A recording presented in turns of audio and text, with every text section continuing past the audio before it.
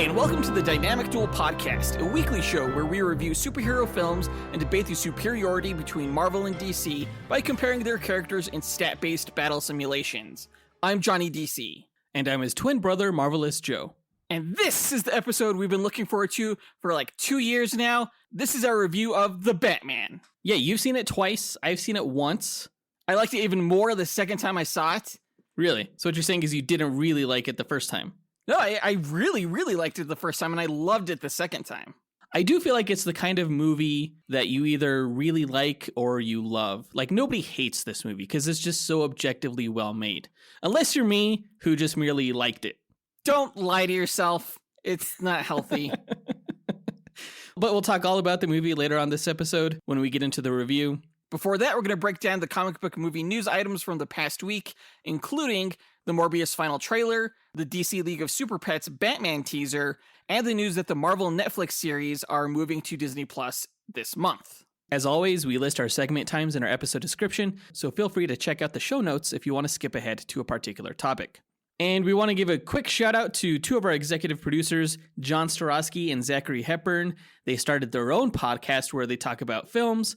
It's called Movie Night with the Boys. And we will be including a trailer for their show at the end of this episode, so stay tuned for that. Yeah, we're super grateful to have them as patrons. And you guys can also join us on Patreon, where we offer ad-free episodes of the show via a custom RSS feed, along with bonus content, including top 10 episodes and bloopers, monthly live movie watch-alongs, and access to our Discord chat server.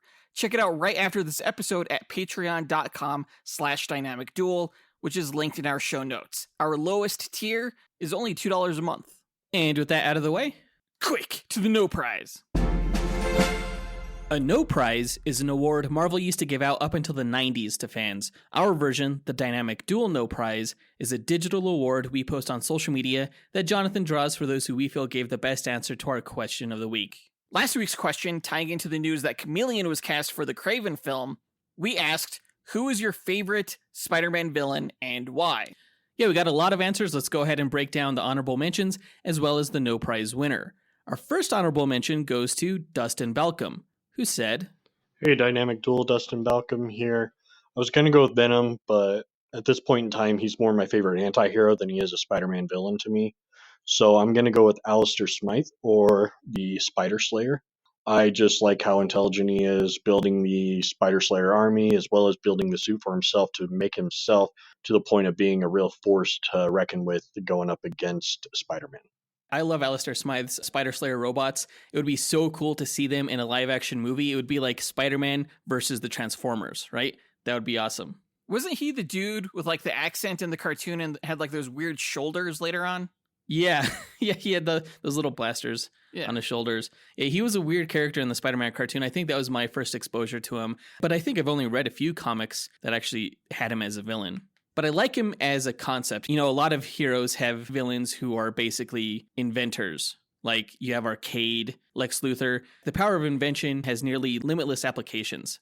And it's really cool to see Spider-Man go up against these robots.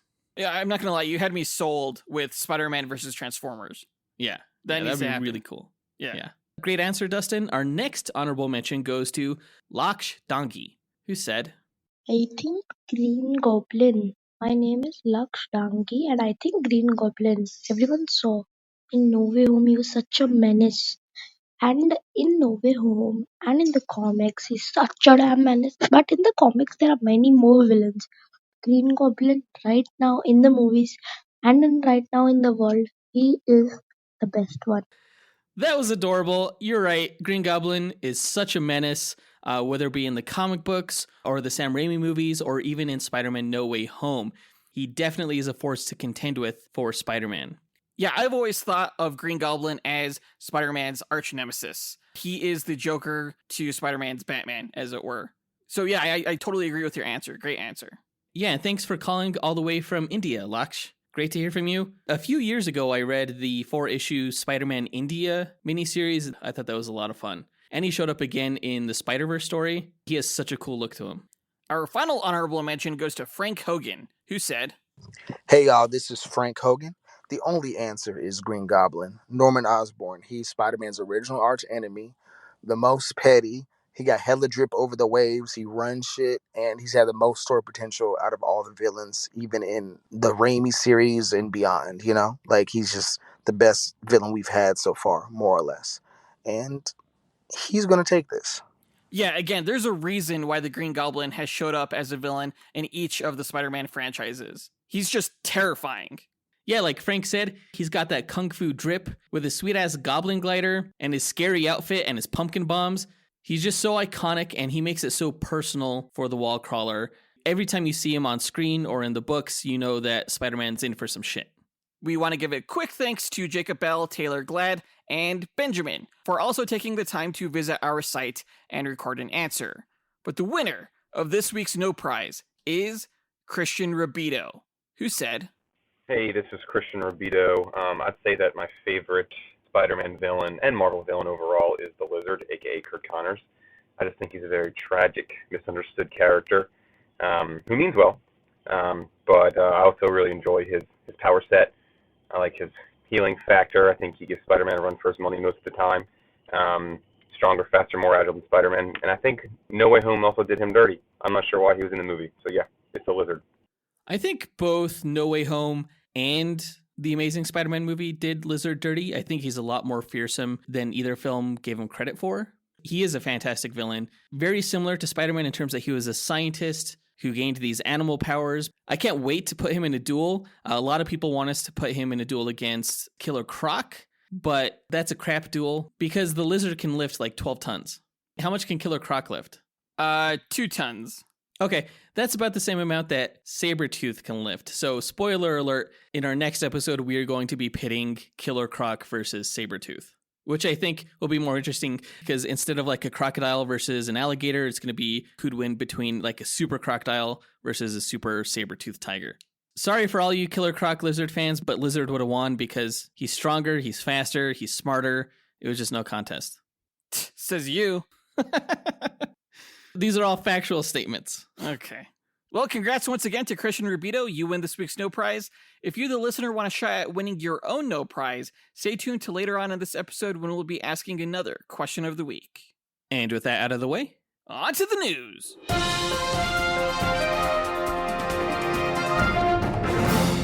All right, in our first bit of Marvel news, we're going to talk about the real Batman. That is Michael Morbius. The Morbius movie is coming out in just a few weeks here, April 1st, April Fool's Day. Hopefully Sony's not punking us and they're really going to push back the release date again. Because after watching this latest trailer, I'm starting to kind of come around to the movie. I thought it was a really well done trailer. Dude, this trailer was so obviously edited to go in front of the Batman. It's ridiculous. Like even from the opening scene when he's stalking guys on that like freighter or whatever it is from the shadows, it's like, okay, Batman, clearly. Yeah, this trailer really sets up the movie to seem like a monster film where it's like this creature that's hunting people in this industrial area. And then after that intro, we get into more of the plot. The film's central dilemma is whether or not Morbius is a bad guy for drinking blood to survive. Because if he doesn't, he'll die. We actually get a little bit of Matt Smith's character, who I thought was going to be Loxias Crown, but it turns out he's playing a new character called Milo, which seems much less intimidating, but he's kind of like a composite of characters from the comics. He's going to be a rival vampire, essentially. I actually like Matt Smith as an actor. He's probably the one thing I'm looking forward to in this movie. Yeah, I know he's like a fan favorite. We'll see how he turns out in this movie.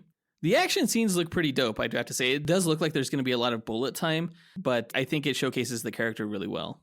Yeah, I mean, I think this is honestly the most exciting trailer for Morbius that I've seen so far. Because honestly, the other ones, I'm like, if I wasn't doing this podcast, I probably wouldn't go see the movie. But you are doing the podcast, and you are going to go see the movie, and we will be reviewing it. Yeah.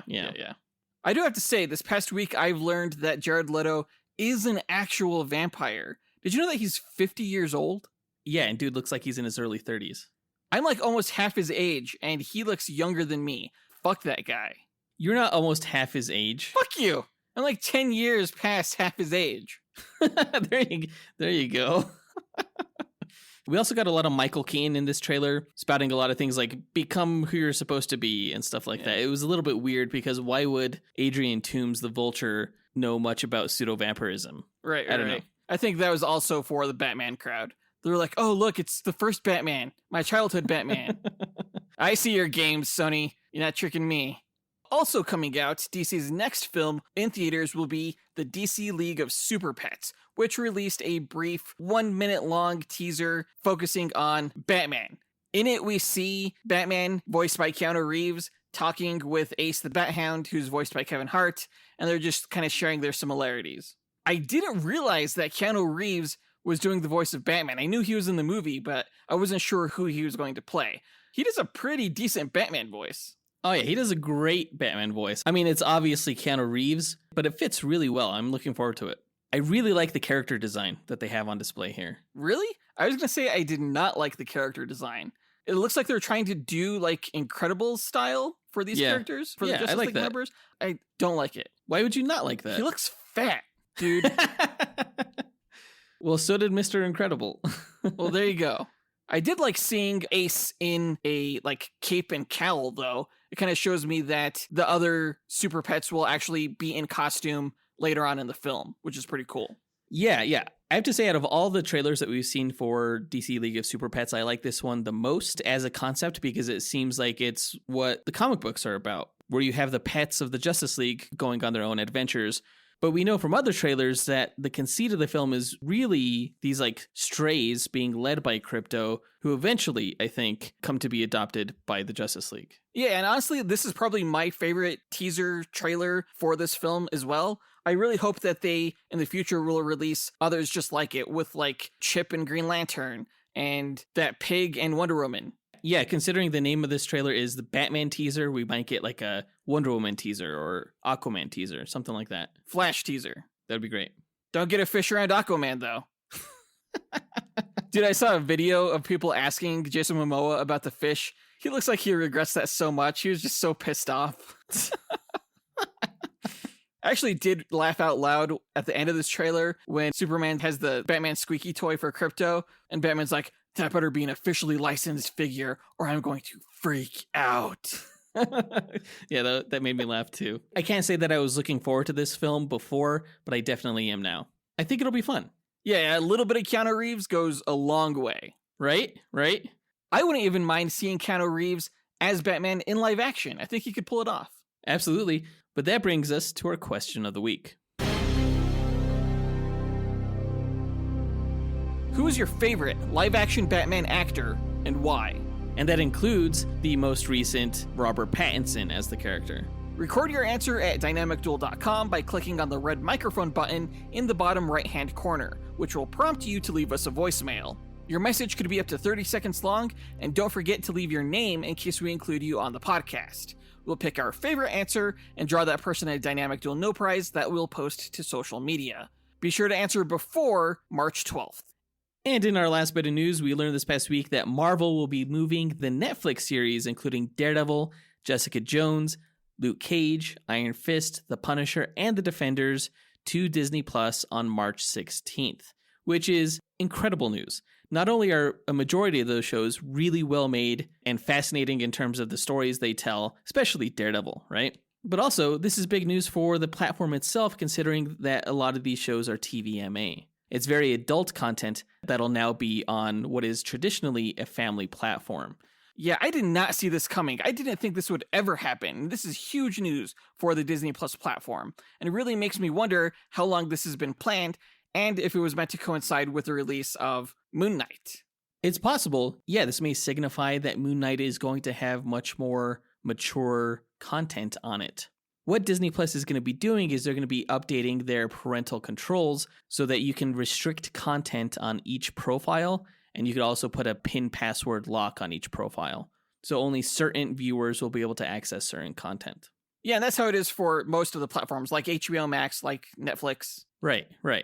I honestly thought that these shows were going to go to Hulu, but it's really cool to see all Marvel content kind of under one banner, considering that you also have like the Fox X-Men series on Disney Plus as well, you know? So it's all there. Yeah, it really seems to, I think, bode well for actors like Mike Coulter or Christian Ritter, who played Luke Cage and Jessica Jones respectively.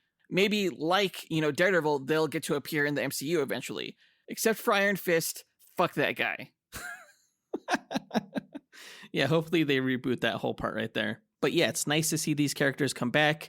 We reviewed a lot of these series, starting back in 2016 with Luke Cage Season 1.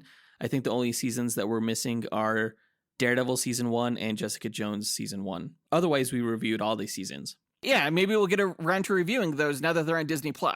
Yeah, that would be fantastic. In addition to the Netflix shows, all the seasons of Agents of S.H.I.E.L.D. will also be making it to the platform. Ugh. Nah, bud. The first, 4 seasons of Agents of S.H.I.E.L.D. are pretty damn good. Meh. You don't know. But I think that does it for the news section of this episode. Now let's move on to the main event, where we review the latest DC theatrical release, The Batman.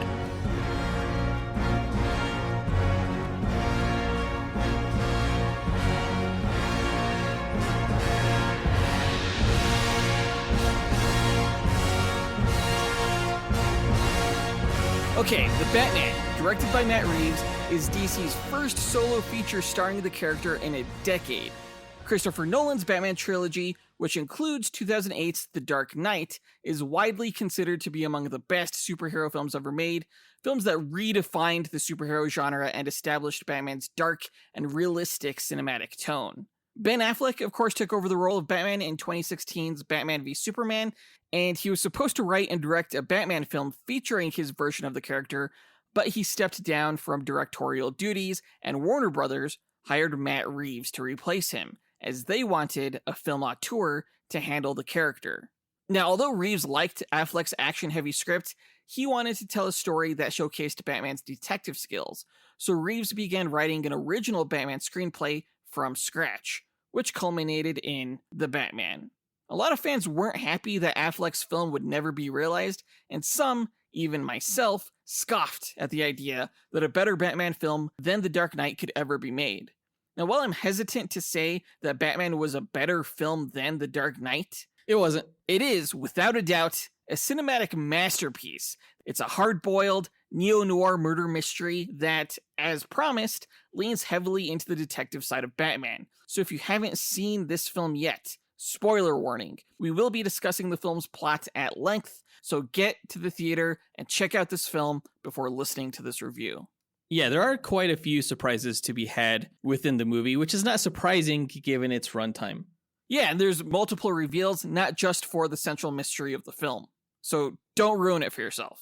Now, I remember back in the early 2000s, even before Christopher Nolan was hired to direct Batman Begins, there were rumors that David Fincher or Darren Aronofsky would reboot Batman on film, after 1997's Batman and Robin killed the franchise. Now, films like Seven and Pi totally mindfucked audiences, and I had grand visions of how cool and dark their Batman movies would be if made. Ever since I saw the first trailer for Matt Reeves' The Batman, I felt like this movie was finally going to be the Batman movie I've always wanted to see. Now, I love what Christopher Nolan did, but I love the tone of this much more. To me, this is always like that detective noir thriller that I've always wanted to see for a Batman film. So while you appreciate Nolan's trilogy, you were looking for something more along the lines of Silence of the Lambs or something. Hell yeah. Now, I didn't think a Batman film like this could ever be made or even need to be made after The Dark Knight, but I was surprised at just how different this was from Nolan's Batman universe, considering, both take a realistic, dark and gritty approach to the character. I hate making comparisons, but I feel like they're almost inevitable here. The Dark Knight was hugely influential, while The Batman was largely influenced by other works, including The Dark Knight. But even the Dark Knight trilogy had a degree of pulp to it. This film, The Batman, managed to give us an even more unbelievably grounded take on Batman, yet one set in a much more interesting version of Gotham. It was actually pretty similar to Todd Phillips' take on Gotham from 2019's Joker. Just full of gloom and grit and trash. But this time we also got to see Gothic architecture. I don't think we've got to see that since Tim Burton's 1989 Batman film. I loved this version of Gotham. Oh yeah, it was definitely the best. It was very Blade Runner-esque, in that it was always raining and they had those huge billboards in their version of Times Square and everything. Everything was just gross and disgusting. Yeah. It was definitely the best. And for how grounded Nolan's trilogy was, I was surprised to see that this version of the character was even more grounded. It's perhaps as grounded as you could get with the character of Batman. Which, for as well as the film is made, I do have to question why filmmakers always want to take this grounded approach to the Batman character. Like, I guess because you can't really do it with other superheroes because they actually have powers. This version of the character is very much not really a mythical figure. It's about as grounded as you could get.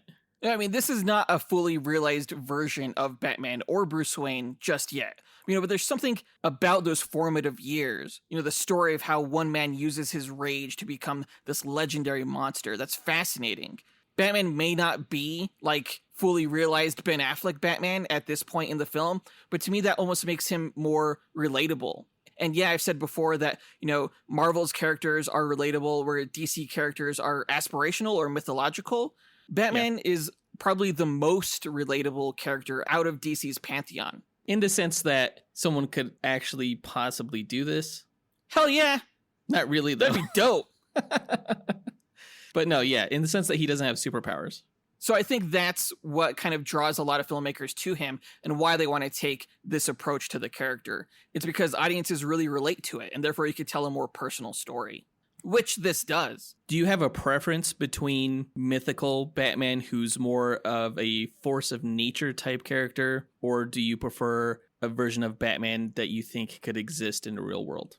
That's a great question. I would say I've always been interested in the psychology of Batman. To me, that's the most interesting thing about the characters. And it's really easy to understand the psychology of Batman as he's becoming Batman, and how he eventually becomes a man able to stand toe-to-toe with the likes of Superman, with the likes of Wonder Woman and Aquaman. That's also something I would love to see. And I think hopefully, fingers crossed, we eventually get to that point with this franchise. Maybe not, but a guy could hope. Because Batman's superpower has always been that he's essentially the smartest guy in the room, right? Which is why I think a murder mystery like the Batman was such a smart approach, and one that I'm really surprised hadn't been tried earlier. Detective stories such as The Long Halloween, Gotham by Gaslight, Court of Owls are some of my favorite Batman comic book stories. And his title as the Dark Knight Detective has never been showcased on film as well as it was in The Batman. And of course, the Riddler was the perfect villain to lead a murder mystery thanks to his modus operandi. Yeah, he gives clues for people to solve. It works out perfectly. It felt very much like an escape room. Oh, yeah, I love those. I want Batman on my team next time I do one. Someone really needs to do a Riddler-themed escape room. That would be dope. Would be amazing. The Riddler has always been a really cool villain. I think a lot of people give him flack because of, like Jim Carrey's costumes from Batman Forever or something like that, Although his costume was worse here. We'll get to that. You're completely wrong. We'll get to that. In the comics, the Riddler has always been pretty cool. A lot of this story from the movie was borrowed from Scott Snyder's Batman Year Zero comic storyline, in which Batman also failed to stop the Riddler from flooding Gotham City early in his career. The winding game that the Riddler leads Batman through in this film was as riveting as I'd hoped it would be, though I will admit that the final reveal that Falcone controls Gotham was less of a mind-blowing revelation than I'd wanted. I actually thought it was substantial enough. The reveal was that the entire city was under mob control. I do think that's a big revelation for people who aren't aware of the level of corruption. Yeah, I guess it was more of a revelation for the characters in the film than it was for audiences. Right. I'd also hoped that the Batman would have gotten ahead of the Riddler in this film at least once, just to prove that he was smarter and keep the Riddler on his toes. This is true. Yeah, I think this is one of the big issues that I had with the movie, in that the character was largely relegated to the maze that the Riddler had set for him. At no point in the film did he discover who the Riddler was, unmask his identity or his location. He didn't even capture the Riddler. The Riddler turned himself in. He never even found out who the Rat was. At least he didn't do it on his own. So he spent a lot of the movie just playing the Riddler's game. And when a character doesn't have that much agency on the plot, I feel like the plot suffers. It's the same issue that I had with Loki. And I actually feel a lot about this film the way I feel about Loki, in that it's very well produced. The cinematography is amazing. The sets are fucking incredible. Oh, yeah. The music was great, but the main character had so little bearing on the actual outcome of events that everything else seemed more interesting. I don't know about that, because Batman was the only one solving the riddles, and if he wasn't doing that, then the plot would have stalled. I'm hesitant to say that Batman didn't have agency in this film, because I think he did. I think he had as much agency as any protagonist who is sort of spurred to action. I think it may have been more interesting to see this movie from Catwoman's perspective, considering she was the one that found the rat. She had the whole subplot with like her roommate being mixed up with the Penguin and Falcone and things like that. I think her character had a lot of agency here. Oh yeah, she did. And for all we know, those scenes exist. Actually, Matt Reeves has said that there is a 4-hour cut of this film. Oh, damn. Which includes a scene of Batman visiting the Joker in Arkham to help try and deduce who the Riddler was. Now that's a big reveal, huh? We have another cinematic Joker. Yeah, that was not the greatest of reveals, actually. Not gonna lie, a big part of me actually secretly hoped that this was set in the same universe as Todd Phillips' The Joker. So Joaquin Phoenix would have reprised his role as that character. And I guess it would have just been a multiversal variant of the same character within the Joker movie, but still played by Joaquin Phoenix. I think if that would have happened, I think if he would have been in that cell during that Arkham scene talking to the Riddler, I think the audience would have fucking lost their minds. Everyone's heads would have exploded. Mine would have. Absolutely. Yeah. I don't really mind the Joker being 30 years older than the Batman. Maybe even 10 years older. Because in the Joker, Bruce Wayne was 10 years old or so. And let's say Joker was in his early 20s. He just looked like he was fucking 50. I think that still could have worked. I never really saw the Joker as a physical threat to Batman. So for him to be older is not a big issue to me. But yeah, that would have been incredible. Especially since it would have felt connected and it would have felt like they're not just making these one-off movies for nothing and that we're having some sense of continuity here. That being said, I think Barry Keoghan is a fantastic actor. I thought he was okay in the Eternals movie, but I really liked him in The Green Knight. Yeah. And although his voice skews a little young, it's interesting how they presented him as like this burn victim whose cheeks had like been burned away into this permanent smile.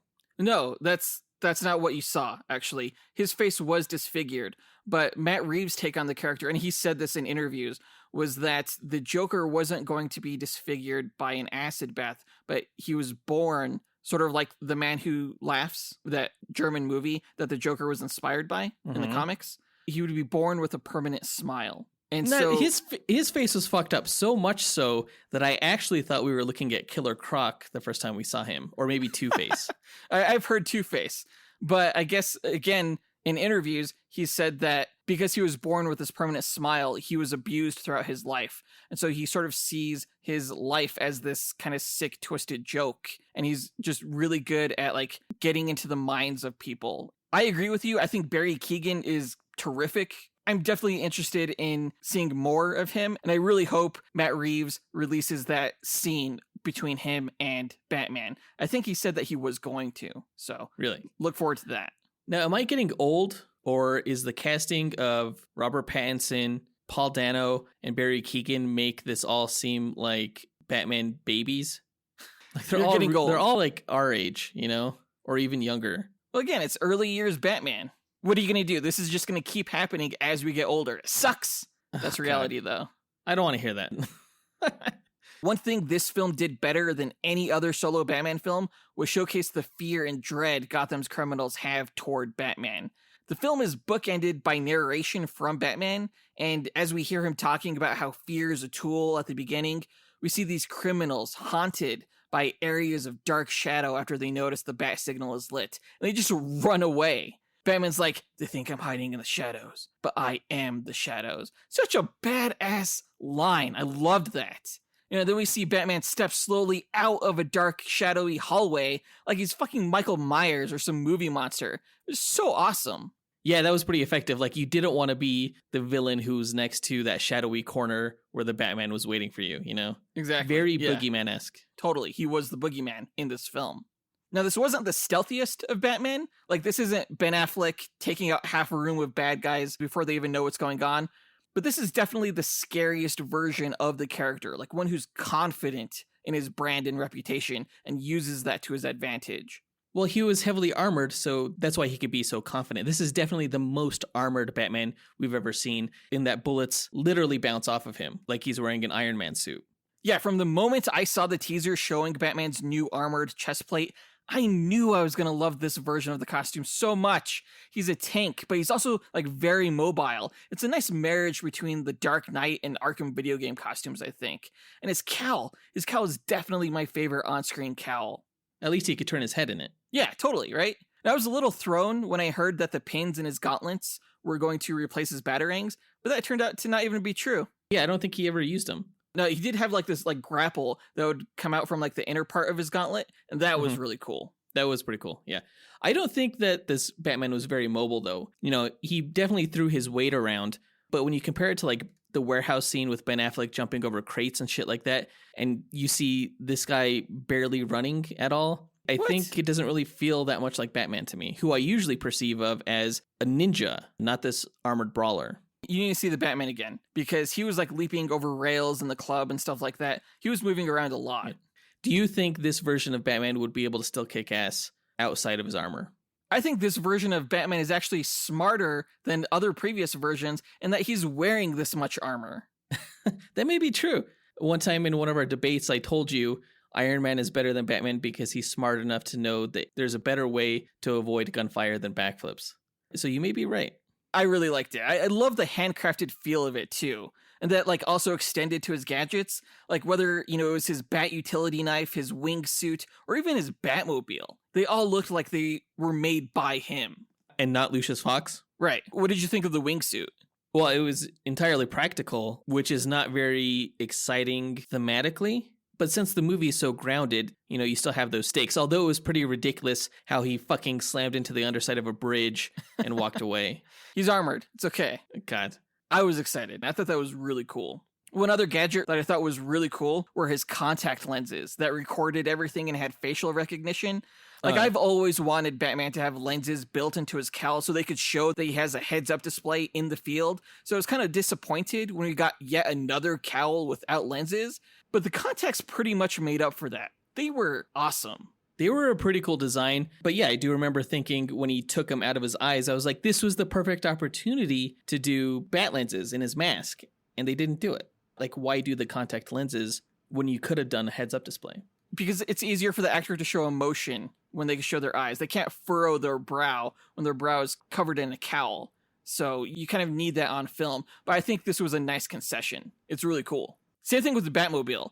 I didn't think I was going to like this Batmobile when images of it first came out. It was like, that's just a muscle car. But this thing was so badass. And I think it culminated in like the coolest Batmobile chase scene out of any Batman movie. Well, it was cool because it was a muscle car with a fucking rocket strapped on it. Right? This movie made me a car guy. I am now a car guy. No, you're not. What kind of car was it? The Batmobile. I thought the chase scene, and actually all the scenes where he was on a vehicle, did a great job of showcasing the cinematography on display here. This is by far the best cinematography in literally any superhero movie ever made. This movie was fucking gorgeous. Like, the blacks were deep, deep black. The color palette that he chose was like so specific. The color palette wasn't varied, but when you have like cameras strapped to the Batmobile or looking through his side view mirrors while he's on his Bat bike, things like that just immerse you so much into the world and add so much to the tone and the atmosphere. It was brilliant. I'd be so shocked if this movie doesn't get Oscar noms for cinematography and set design, because it did those things better than not only any superhero movie, but most other movies out there. Please, Academy, do not forget this film by next year's Oscars. This movie was incredible. Some of the angles they used in this film and the lighting, it was really eerie. This film is the scariest Batman film ever. You know, I think even more than something like Batman Returns. And I think it really pushes the limits of its PG-13 rating in the US. They could have easily made this film rated R, but I'm so glad they didn't. What made this movie scary? You don't think that the Riddler was scary the way he like attacked people in their homes, in the back seats of their car? Well, okay, I guess I could see that. It was more thrillery than scary to me, but yeah. Trust me, as a guy who is like easily frightened by horror films, this was a scary movie. And I'm so glad I didn't take my daughters to see it because I'm pretty sure they would have been frightened.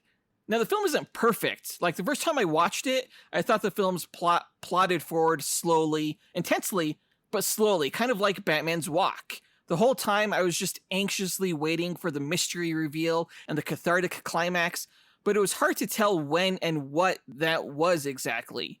Now, the second time I watched it, I knew what to expect, so the pacing actually didn't bother me at all. I allowed myself to simply appreciate the entire story and experience. Now, which of those viewings was more correct, though? You said that you had an issue with the pacing of the film the first time you saw it, and you didn't the second time because you knew what to expect. Is the pacing of this film off? Is it too long and poorly edited? Or, like in your second viewing, is it perfect for the story? That's hard to say. I don't think either perspective is necessarily correct. I usually don't like to go into a film with expectations, and I absolutely do the first time around. The second time, though, I could kind of check my expectations at the door, which is really nice. Doing that, again, I found this pacing to be perfect for the tone. I'm sorry, the correct answer was your perception of the pacing is more correct upon first viewing. Because again, right, you have expectations. It's cheating to say that you thought the pacing was fine the second time because you knew exactly what was around the corner. I think a big criticism that a lot of people have for this film was that it was too long. I definitely felt that. I think the second act dragged and spun its wheels and treaded water for a scene or two too long. It's really hard for me to say that this film was too long. To me, it's not an issue of length. To me, it's an issue of pacing. And when I looked at the story, knowing what was going to happen, I realized that the film couldn't simply just end with the Riddler being caught. Because since the Batman is the defender of Gotham, the stakes had to be Gotham itself. And until that happened, Batman couldn't complete his thematic arc. Right, but it could have gotten to that point quicker. Well, one interesting thing I think about this is that Matt Reeves is definitely looking at this whole story as long form, as episodic, because we know that he's already developed 2 and maybe a third spin-off series for HBO Max in this universe. We're going to get a Gotham City Police Department show. We're going to get a Penguin show. We may even get a Catwoman show. That's the rumor. Save the long form content for HBO Max. Like, if you're going to tell a story about a serial killer who plays his game and then gets caught, which is a story that can be told within the span of an hour on Law and Order every week, then we don't need to spend 3 hours basically going around in circles. This movie was so much more about just the murder mystery, though. You know, to me, again, this wasn't an issue for pacing. I think if you saw the film again, you would feel differently from how you currently feel about the pacing. I guarantee you I would. You could say that about any film, though. What's wrong with that? What's wrong with that? You know, I will concede, you know, one thing about Christopher Nolan's films is that each scene starts and ends exactly when it needs to, like sometimes almost jarringly so. I don't think I could say the same thing about The Batman, but it also has so much more going for it. It has some of the best characterizations, as the best cinematography, best score, I think, almost the best everything. So pacing to me, again, being a non-issue the second time I saw it, was a minor trade-off. All right, so everybody just has to see the movie twice. Exactly. Do that in theaters. You won't regret it. I think a lot of people are going to wait for this movie to come out on HBO Max because it's going to be there in just 45 days. Well, I mean, it's doing pretty well box office-wise so far. The opening box office weekend did more than The Joker, and The Joker made $1 billion at the box office. So that's encouraging. If everyone sees the movie twice, even more encouraging. Let's move on to the character breakdown. Bruce Wayne / Batman was portrayed by Robert Pattinson, who I would argue gave the most interesting Batman performance to date, really leaning into the angst and tragedy of the character. He's definitely the most human take that we've ever seen portrayed. I think usually when I watch a Batman film, I don't care too much about Bruce Wayne, except for like Batman Begins, because his true identity, of course, is behind the mask. And here he spends a lot of time behind the mask. Oh, yeah. But when he's not, he felt so like normal and human that you kind of care for and relate to Bruce Wayne more than you ever have. I agree. You know, he spent a lot of time as Batman, and he spent a lot of time on screen. You know, usually Batman films focus pretty heavily on the villain. But in this film, we don't see too much of the Riddler until close to the end of the film. And I think that's awesome for a Batman movie. Now, Batman starts the film as this frightening symbol of vengeance to the people of Gotham, punishing evildoers, and yet it's not really helping. You know, drugs and crime still flood the streets, and he's doubtful it'll ever change. You really get the sense that Bruce is in this for the long haul. Like, he doesn't care about anything else but his mission to fix the city that killed his parents. When the Riddler strikes at the beginning of the film, it sets off a chain reaction that uncovers some of Gotham's darkest and deepest secrets, including why Bruce's parents were possibly killed. By the end, Batman realizes that his vengeance isn't a noble cause, and indeed one that could be used by villains. The people of Gotham can't really use his vengeance, but he can give them hope. He could use his own personal suffering and the endurance and strength he's garnered from that to be more than a monster, but a hero. It's a fucking fantastic arc, and a lesson he gains in spite of the Riddler's victory, and one he'll need as things in Gotham undoubtedly get worse. Now, it is a tremendous arc. There's so much character growth that happens here. But what do you think of Batman as a symbol of hope, especially this early in his career? Because I tend to think of him as a manifestation of fear and darkness. That's what he is traditionally. But I think also as a character, a lot of writers get bogged down in that. And because of that, he's never really able to grow and expand and become like a father figure to like Dick Grayson and stuff like that. I think that's one of the reasons why characters like Robin haven't really been introduced successfully in prior films. I guess that's true. And you could say that Batman materializes this new inspiration into taking on a ward. Yeah, why not? You know, this was heavily inspired by The Long Halloween. The sequel to The Long Halloween in the comics was Dark Victory, in which he adopted Dick Grayson. I could totally see that being inspiration for the next film. I think the most interesting reveal in this film was that Bruce Wayne's mom, Martha, was an Arkham before she was a Wayne. That's a story element borrowed from Jeff Johns' Batman Earth 1 miniseries, as is the history of Martha's mental illness after her mom killed her dad, then committed suicide. Super dark. Thomas Wayne's run for mayor was also from that comic. Insanity is rumored to run through the Arkham bloodline, and it was used as justification for why Bruce would don a bat cowl in the first place. He has like a touch of his mother's insanity in him, and I've always actually liked that angle. And it totally makes sense for this characterization of Batman because he's so fucking socially awkward in this movie. Scowling in the corner of a police crime scene, and everybody's looking at him like he's fucking nuts, because that's how it would be in the real world. Like, who in the hell would do what he does without having some sort of mental illness? It's definitely not how, like, Ben Affleck's Batman would behave at a crime scene. Honestly, Ben Affleck would probably have already investigated the place before the police arrived, or at least they never would have known that he was there or something. No, yeah, true. And here, it's like, I felt so much secondhand embarrassment. It's like, dude, ditch the bat ears and just put on a fucking ski mask if you're going to do this. Like, what's this all about? It's just cooler. I guess. It almost felt too real. I don't know. I kind of related with that, though, because I can be socially awkward. Oh, yeah. Oh, totally. Yeah, Fuck whenever you. we have, like, a family event or something, you're just off in the corner going, he lies still. That's me. Totally. Yeah.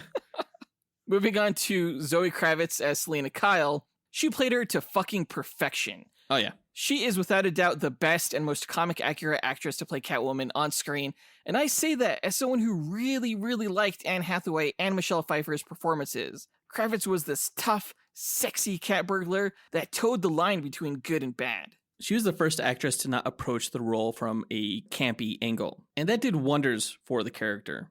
I think she was every bit as interesting as the titular character, and she did a lot to advance the story. With her relationship to Carmine Falcone. I don't know why they called him Falcone in this movie. Why did they call him Falcone? That was weird. Some people called him Falcone, some people called him Falcone. But her relationship with her dad and her roommate's involvement with them, I think really pushed the story along, especially when she was the one who discovered the rat, not Batman. Yeah, team effort, you know? She really seemed like, on Batman's level in this film, which was pretty cool. Her arc initially involves helping find Annika, her roommate, but later we also learned that she has planned a heist to steal some of the Penguin's and Falcone's drug money as revenge against Falcone for not raising or caring about her as her father. She doesn't really care about Gotham or anyone but herself, which is why, even though she helped Batman against the armed shooters in the end, she left the city before things got worse. She lacks Batman's faith that things can get better, and she leaves him, but I'm really hoping she'll be back for the sequel and that rumored TV show. What did you think about their relationship romantically, her and Batman's? I actually thought it was pretty well done. Their arcs are pretty similar in that they're both after vengeance, essentially revenge, as is like a lot of characters in this film. Revenge is a huge theme throughout this whole movie. But with Catwoman, she's specifically looking for revenge against Falcone. But I think Batman and Catwoman, they see a little bit of themselves in the other person, and I think that's sort of why they hit it off. I found myself having to suspend disbelief a little bit to see them as romantically involved, just because I felt like their chemistry was off. Really? Yeah, because Batman was a little bit wooden, I think, in his interactions with her. She definitely had to do a lot of the heavy lifting when it came to any sort of romantic tension. He was behaving kind of fucking creepy, like when he was watching her change through his binoculars. Like, that was pretty sketch. And then, like, it's almost like he groped her in their first encounter, like slamming her on the table in this sexy position, which, you know, he didn't know if she was into that. He wouldn't do that against some other random thug. It was just weird. You act like he did it on purpose. Like, I think it just kind of happened. If she didn't do that, like, spinning wall jump kick, she would have ended up in that position. Do you think if it was another villain, he would have ended up in that missionary position with some Joe Schmo guy? If the same guy did the same kick, maybe. I don't know about that, man. I think he would have gone off of him a lot faster. But who's to say? It's creepy. Hey, she kissed him. All right? That's all I'm saying. She was into it. All right. Lucky for him. Touching on her physicality, that was unbelievable. Like, between the fighting and the parkour, I'm guessing some of that had to be CG, but it was really well done CG. Mm-hmm. And her costume, I loved it except for the mask. I actually hated the mask, and I really wish they would have just gone with a beanie and maybe sunglasses or goggles. You know, the hem covering the nose just seemed so impractical, you know, unless she likes being a mouth breather. Yeah, I mean, it wasn't on for very long, but it would be nice to see her with an updated mask the next time we see her, perhaps inspired by Batman's look. Moving on to Jeffrey Wright, he played Lieutenant James Gordon, also to perfection. I've never had a greater sense of the partnership between Batman and Gordon than in this film. Like, they were cop partners, like, even at crime scenes. Gordon was the only one at GCPD who vouched for Batman, so Batman needed him to access all of the information he needed to solve crimes, but also to escape the police station, which was a great scene. Yeah, it was funny. Gordon's arc tied in nicely to the narrative as well, considering he was one of the players who brought down Salvatore Maroni's drug organization, or so he believed, and he was as intent on solving the Riddler's mysteries as Batman. He just couldn't do it without him. Yeah, Jeffrey Wright's Gordon is definitely my favorite version of the character that we've seen. Even though Gary Oldman gives him a run for his money. Yeah, I thought they were equally good in the role. I like how involved this Gordon was in the story. It would have been nice to see him promoted to commissioner at the end, but I'm sure we'll see that like in the HBO Max series. Yeah, really looking forward to that. Now, moving on to the Riddler, we don't get to see much of Paul Dano's performance as the Riddler in this film. It was mostly a voice performance. It was also creepy as shit. It was really well done. His line delivery was so erratic and aggressive, but so were his movements and behaviors. Like the moment you see him appear from the shadows, almost like Batman, so haunting. And the fucked up contraptions he makes, like the neck bomb or the thumb drive, the fucking rat maze. Holy shit, man. It was like Jigsaw from the Saw franchise. Yeah, it was like Jigsaw. It was also very much inspired by the Arkham video game version of the character, I think. But in the video games, Riddler would trap Batman in these twisted rooms, whereas in these films, he built contraptions around his victims' bodies. So messed up. Now, what was interesting to me is that when they finally did the face reveal for him, I thought it was creepy and I thought it was appropriate. I thought Paul Dano's performance was very well done for this sociopath.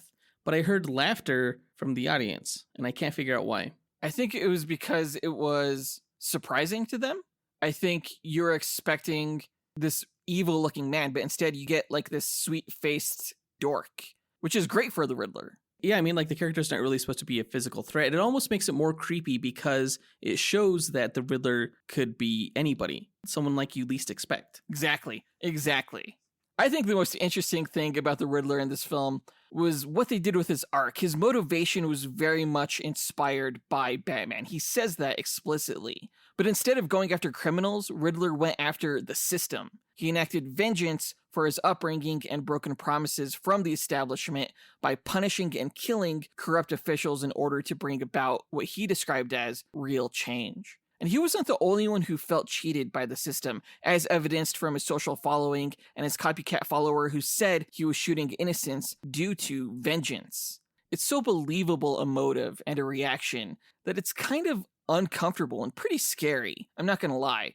The Riddler feels very much like a villain from the current zeitgeist. You know, I was a big fan of Dano's performance. You said it was mostly voice, but that one scene that we did get in Arkham Asylum, where he and Batman are speaking to each other through the glass, was so chilling. Oh, yeah. I loved that scene. Both actors in this scene gave such great performances. There's so much subtext going on because neither one is really understanding what the other one is talking about. And especially with Robert Pattinson's eyes, you know exactly what he's thinking and he's not saying a single word. Were you disappointed when the movie implied that the Riddler knew Batman's secret identity and then it was eventually revealed that he did not? No, because I was still shitting my pants like that whole time. Like, I was afraid that he did actually know. And he knows in the comic, or he did know. So it would make sense, but I still, like, was terrified for Batman because the Riddler was fucking nuts. Did you think it was a little bit cheap of the movie to give so many hints that Riddler did know, and then they went and subverted that? No, I actually think it was because of that subversion that I really liked it. I think it was really well done. Maybe he'll learn in a later movie or something, but it's actually really good that Riddler doesn't know because then he would be able to give that information to the Joker, who he may be teaming up with later. Well, even in the comics, he doesn't like to give out that information because he doesn't want too many people to know the answer to a riddle. You know, he's kind of obsessive in that way. Now, the Riddler in this film was an orphan, one who was promised aid through Thomas Wayne's renewal program during his bid for mayor. But when the Waynes died, the renewal program was hijacked by corrupt officials and organized crime, which diverted funds from orphans like the Riddler, which he discovered as an adult as a forensic accountant. Now, I have a theory. You know how the animated film Batman Hush, they merged the characters of Riddler and Hush? Yeah. So Hush in the comics was Thomas Elliot, Bruce Wayne's childhood friend. This may be a stretch, but I noticed that the journalist who worked for Maroni that threatened to expose Martha's family history was named Edward Elliot. Yeah, I noticed that too. My guess, that journalist was the Riddler's father. I think the Riddler's real name wasn't Edward Nashton or Patrick Parker, but Thomas Elliot, and Falcone made him an orphan. Just a hunch. It could maybe explain why the Riddler wore a mask. That was sort of Hush-like. I could see that. I would actually prefer it if that's how it played out. Yeah, me too. Now, speaking of his look, it's very different from what we've seen from the character in the comics, cartoons, or even Batman Forever. Director Matt Reeves was very much inspired by the Zodiac Killer for the Riddler's ciphers and descriptions of his appearance, down to his glasses and the mask he wore. I didn't love the mask. I guess it's a legit military mask used by the US Army in cold weather combat. And I guess story-wise, he needed to wear one due to his social media posts and copycat social media followers. And that actually was an interesting angle for the character. An influencer in the absolute worst way. It was terrifying. Like, sometimes you don't need giant alien spaceships or universe-shattering events to make people feel the stakes of the climax. This was way more intense and more real than anything else I've seen in a comic book film. It nearly approached Joker levels of discomfort, but never really quite got there because, you know, this isn't an R-rated film like that one was. In the Joker movie, we actually saw the murder.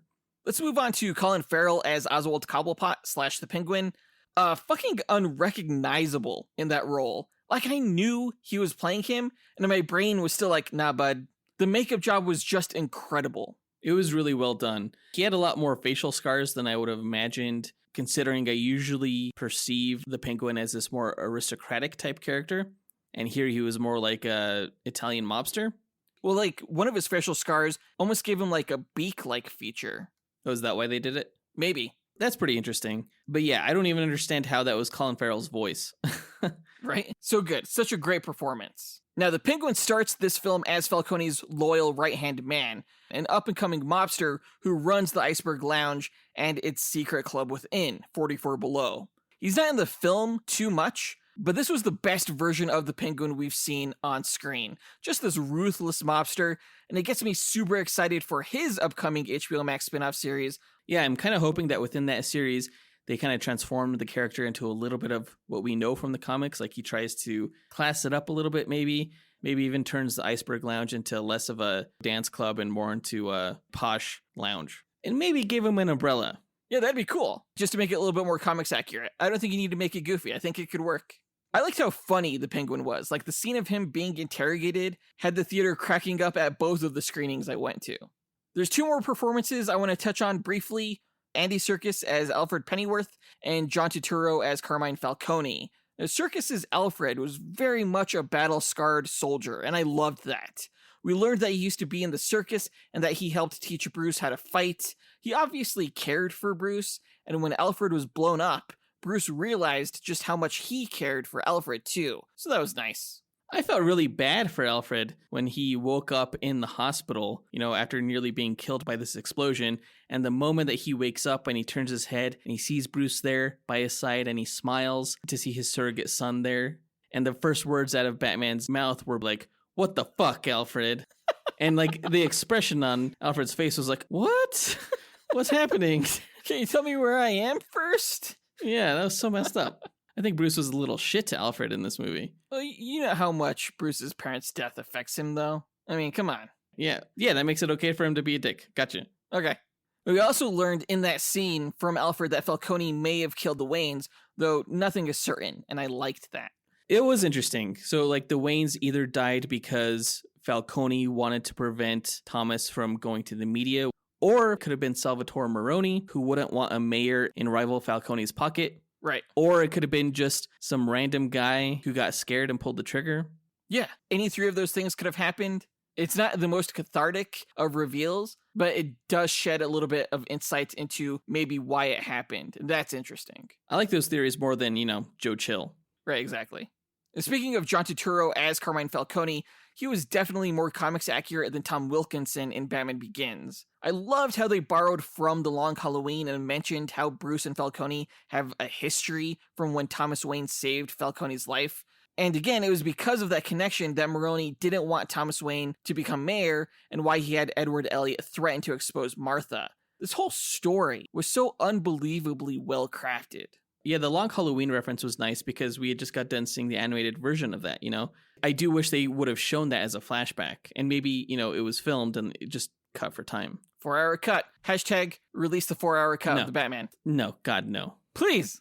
Moving on to the plot breakdown. The film begins with the Riddler killing Gotham's mayor, which Lieutenant Gordon and Batman investigate after a brief introduction to Gotham City. After decoding a cipher that the Riddler left at the crime scene, Batman and Gordon find a thumb drive that contains photos of the mayor with his mistress, Annika, at the Iceberg Lounge. Batman visits the lounge and talks with the Penguin who runs it, at which point Batman meets waitress Selena Kyle, who has a visible reaction to the photo of Annika. I don't like Batman's approach to entering the club. When would Batman ever just knock on the fucking door? He would have snuck into the Penguin's room and come out of one of the shadows and surprised him, I feel like. Well, that's essentially what he did the third time he went into the club. It was like a recurring kind of gag, kind of joke throughout the film. Yeah, I wasn't here for it. Batman follows Selena to her apartment, where we learn that she and Annika are roommates. Selena sneaks into the mayor's house to steal Annika's passport from his safe before she's apprehended by Batman. The two return to Selena's apartment to find Annika missing and the place ransacked. On the television, the news shows social media footage of the Riddler killing the police commissioner with a rat maze body rig. At the morgue, Batman and Gordon inspect the rig and find another cipher that asks them to expose a police informant, or a rat. With Selena's help in the 44 Below Club, Batman discovers that the district attorney Gil Coulson knows about the informant and is worried about the Riddler. I was shocked to see Peter Skarsgård in this movie. Yeah. I didn't know he was in it. It's like freaking Hector Hammond himself. This time without the testicle head. So much better. Now, actually, I really, really liked Peter Skarsgård's performance in this film. He always gives a good performance, except for, in the Green Lantern movie. But I was actually really surprised that his head got freaking blown off. That was insane.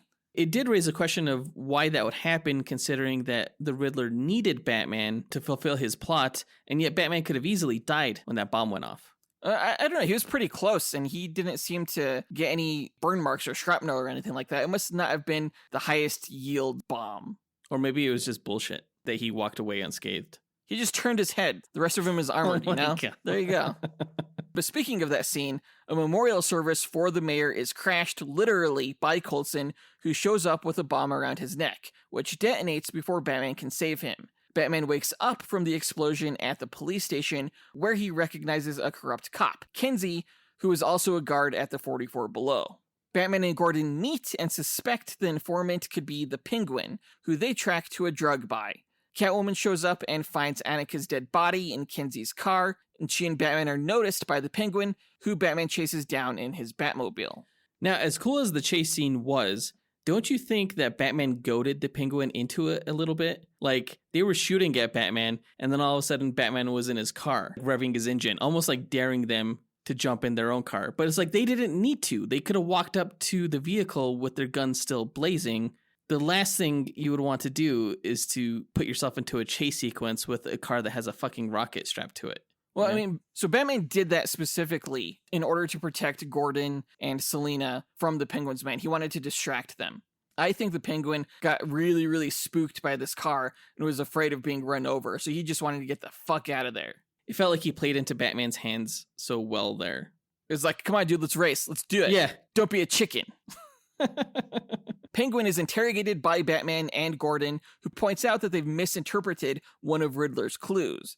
This leads Batman to a website where he chats with the Riddler and is directed to a burned-down orphanage. At the orphanage, footage set up by the Riddler causes Batman to realize Bruce Wayne is the Riddler's next target. Alfred is caught in an explosion intended for Bruce and is hospitalized.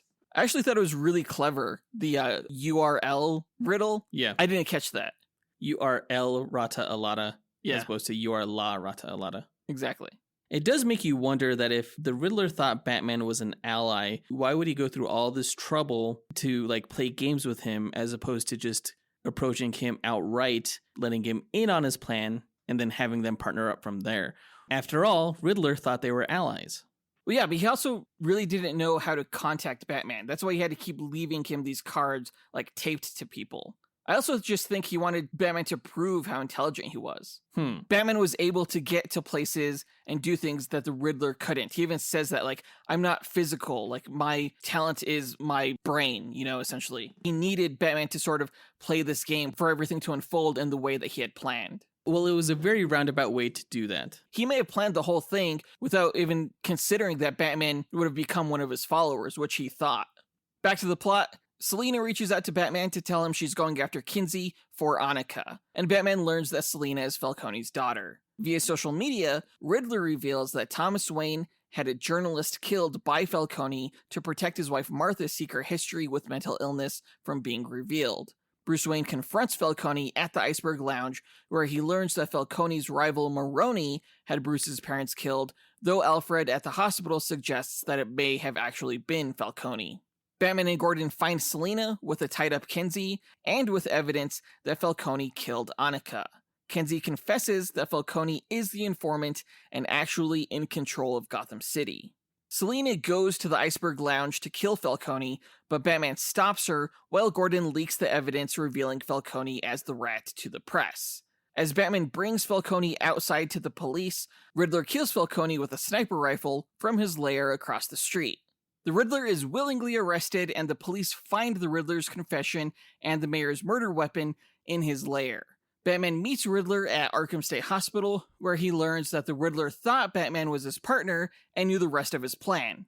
Batman returns to Riddler's lair to figure out what the plan was, only to realize the murder weapon was a carpeting tool, which reveals the Riddler's plan to blow up breakwaters that will flood the city, forcing everyone into the Gotham Gardens event center during the election victory party of Bella Real, where his social media zealots will assassinate her and other Gotham citizens. The bombs go off, and Batman fights back the shooters at Gotham Gardens with help from Selina and Gordon. This was a great action scene. Yeah, totally. Seeing Batman take out the goons from the scaffolding, really cool action scene. Definitely the best in the film. What did you think of the adrenaline part? That was actually really cool. I didn't see that coming. You know, he's dazed from being shotgunned, like, point blank. A lot of people are speculating that that's venom, like Bane venom. I don't know about that. I think it's adrenaline. I thought it was really cool, though. I think that's something he would totally have in his utility belt. Batman rescues the trapped citizens of Gotham and realizes he could be a heroic symbol of hope to them. You know what was weird about the scene when he cut the electrical cable and fell into the water and everything? Why didn't he just cut the cable below his hand? Why did he have to cut it above where he was holding? He didn't have to drop into the water. I don't know. He was maybe still amped up on adrenaline and wasn't thinking clearly. That's probably it. With his planned assassination foiled, the Riddler anguishes in Arkham until the Joker extends an offer of friendship. Now I really felt like this scene was not necessary. And we've talked about the Joker earlier in this episode, but I would not have minded if they just dropped this section entirely, or maybe even saved it as an after credits sequence. Yeah, cut it and then still left open the possibility that we could see Joaquin Phoenix in this universe. Yeah.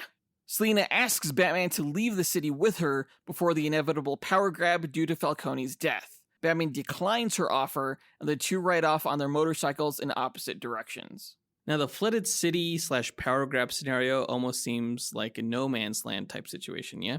Yeah, it's part no man's land, part Batman Zero Year. Maybe we'll see how that plays out in the HBO Max series that they have planned. I got actually pretty excited when Catwoman name dropped Bloodhaven. Yeah, that was cool. That, of course, is the city that Nightwing protects. It's like a sister city to Gotham. I doubt we'll see Bloodhaven anytime soon, but that kind of world building was pretty neat. Yeah, like, if she would have mentioned Metropolis, that would have been equally as cool. Maybe even more so. But that's the end of the movie. I'm curious, what rating would you give it? Like I said earlier, subjectively, it is a very well-made film. It has so much going for it, specifically within the areas of cinematography, set design, acting. I think a lot of my issue with this film comes from a very personal, subjective distaste for overly grounded superhero fare. I think Batman doesn't need to be so grounded to be taken so seriously. Like, you look at a film like The Winter Soldier, which is not grounded, but it is serious. And I think that's the better approach to take with these sort of comic book characters. I don't particularly like how little agency Batman had on the story by the time the credits rolled, and I think he could have done more to advance the plot than he did.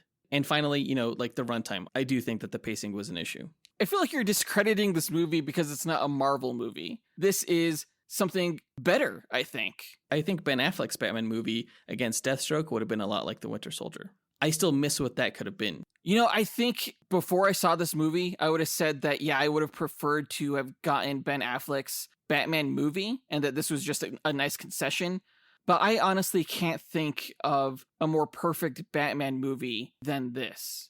I think when it comes to the characterization of Batman, Catwoman, Riddler, freaking everyone, the Penguin, it doesn't get better. I think when it comes to having a great detective story, like, this is the best one for showcasing Batman's detective skills, which is really important, I think, to me as a fan of the character from the comics. I think it has the best Batmobile chase, and you're right, like, it also has the best cinematography, has the best score. I can't think of a better Batman movie. Even more than The Dark Knight? I don't know if this movie is better than The Dark Knight. That film is probably better crafted overall. At the very least, I would say that they were equal. But this Batman, I think, was also better than Christian Bale's. He was just more interesting. He was less generic. He had more character. We gave that film 5 stars. I'm giving the same rating to the Batman. I think overall I would give this 4.5 stars. I think if the character was a little bit more abstract and mythical and less human, it could have gotten 5. I think your issue is that you would rather see a fully realized version of Batman. You're not taking into consideration the time frame in which this story is told. Yeah, but here's the thing. When it comes to a lot of these characters, when we already know the fully realized version so well, it sucks to kind of backtrack like this. To me, we already had the fully realized version with Batfleck. I don't want to see another retread of that. I want to see something new. And I think we got that with this film. I mean, even take Spider-Man No Way Home as a precedent for this. I don't think we really got a fully realized Spider-Man until the end of that movie. It's the buildup of that character. It's the journey that character goes on. To me, that is more exciting. It's not about the destination. And this film had a great journey for the Batman. And again, this is supposed to be the first part of a new trilogy from Matt Reeves, along with a bunch of other television series and stuff like that. By the time we get to the end of the trilogy, maybe he'll be the fully realized mythical figure that you want. I mean, that's a fair point. I'll say that. And lucky, this is a DC review, so I get to choose the star rating, which is 5 stars. Yeah, but you can't just throw 5 stars out there nilly-willy. For Morbius, you know what? I'm going to give it 5 stars, just to let you know. No matter what issues it may have. The issues in this film, though, I don't think detract from it in any way. It's the perfect Batman movie. But that does it for this review. Let us know what you guys thought about the movie by writing to us at dynamicduelpodcast@gmail.com or by visiting us on Facebook, Instagram, or Twitter. You can find links to all of our accounts by checking out our show notes or visiting our website, dynamicduel.com.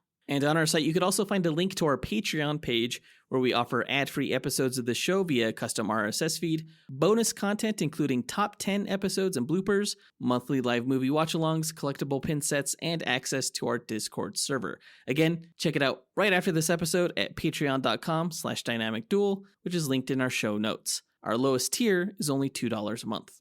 As we mentioned earlier, our next episode is a duel between the Batman villain, Killer Croc, and the X-Men villain, Sabretooth. Yeah, I think Killer Croc is the biggest Batman villain that we have yet to do a duel with. So it'll be a nice tie-in for this. And Sabretooth is just fucking badass, so I can't wait for that. But that does it for this episode. We want to give a big thanks to our executive producers, John Speas, Ken Johnson, Jace Crump, John Starosky, Zachary Hepburn, Mitchell Phipps, Dustyn Balcom, and Levi Yeaton for helping make this podcast possible. And we'll talk to you guys next week. Up and away. True believers? Hey, Zach, we really need to promote ourselves. Good idea, John. I'm Zach. I really like DC. And... No. The podcast. Oh, yeah, we definitely do. It's got to start with something catchy. Yeah, something that makes them think, we're worth a listen. I mean, we got to talk about how great our reviews are. But we're not actually doing reviews. Oh, yeah, that's right. Sorry. Jeez. How about we start with what we're called? That's a smart idea. We're Movie Night with the boys. And we're not reviewing movies. That's right. We're just going to tell you about movies in our own words. Spoiler heavy, of course. And guests. Dude, you can't just say guests like that. They know what I meant. We don't even have a they yet, so... Yeah, I guess that's true, good sir. We will also have guests. Hell yes. So come join me, Zach. And me, John, on Movie Night with the boys.